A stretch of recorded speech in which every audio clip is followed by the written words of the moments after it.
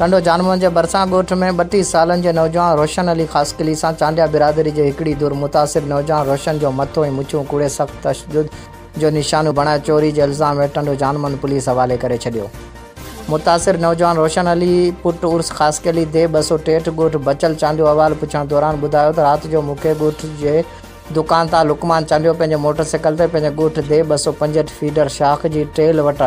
गोठ हाजी खान चांडियो में खणी वियो, जिते तालिब चांडियो, रशीद चांडियो, गुलाम हुसैन चांडियो मौजूद हुआ। हिननि पुरानी ज़ाती दुश्मनी सबब गजी मुंह ते सख्त तशद्दुद कयो ऐं पोइ मुंहिंजो मथो ऐं मुछूं कूड़े तज़ील करे पुलिस हवाले करे छॾियो। होॾां चांडिया बिरादरी जी दुर जो चवणु आहे त रोशन खासकली असांजे घर में चोरी करण लाइ आयो। होॾां मुतासिर नौजवान रोशन अली खासकली के वारसनि ऐं बिरादरी पारां टंडो जानमन पुलिस ख़िलाफ़ शहर के मेन चौक ते एहतजाज कयो वियो ऐं एहतजाज दौरान मोहम्मद अमीन खासकली, उर्स खासकली, जुल्फ़कार खासकली, गुलाम हुसैन खासकली ऐं ॿियनि साफ़ियुनि अॻियां दाईंदे चयो त पुलिस असां सां नाजाइज़ी पई करे असांजे नौजवान जी आभास